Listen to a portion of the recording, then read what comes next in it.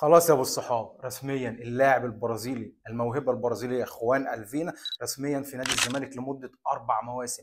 قبل اي شيء اخويا الغالي، اعمل لي شير وفولو ولايك وتعالى لي. بجد يا عم جوني ادوارد مش عارفين نودي جمالك فين. جمالك كترت وغرقتنا وطرطشت علينا. الراجل النهارده بينجح في نهايه التعاقد مع لاعب موهبه برازيليه، لاعب قوي جدا، لاعب قيمته التسويقيه مليون ونص دولار. نجح في التعاقد معاه ب 600 الف دولار بس. وده بيوريك بقى فرق الاداره. الراجل شغال بسياسه سان داونز بتلاقي عنده لعيبه من البرازيل ومن كولومبيا ومن الارجنتين ومن كل بص من كل حته. وتلاقي اللعيب اقصى لاعب عندهم بياخد 500 600 700 الف دولار في السنه. تيجي تبص على الاهلي والزمالك هنا تلاقي لعيبه اقل بكتير، لعيبه افريقيه مش لعيبه بقى من قاره امريكا اللاتينيه ولا من اوروبا، لا. وتلاقيه بياخد مليون ونص في السنه دولار، ومليون وربع دولار، ومليون دولار. لعيبه وارقام غريبه. ده بقى بيبين لك الفرق في العقليه. الراجل ده لو استمر مع نادي الزمالك لمده 4 سنين باستقرار، باداره مستقره، بفلوس، هيعمل مشروع لنادي الزمالك، مشروع عظيم قوي. الراجل فعلا شغال بالسياسه صح، وده بيبين لنا قد ايه ان احنا ما كانش عندنا قبل كده الكوادر بربع جنيه. الراجل بينجح يجيب لك لعيبه من الطراز الرفيع. هنتفرج ان شاء الله على زمالك جميل.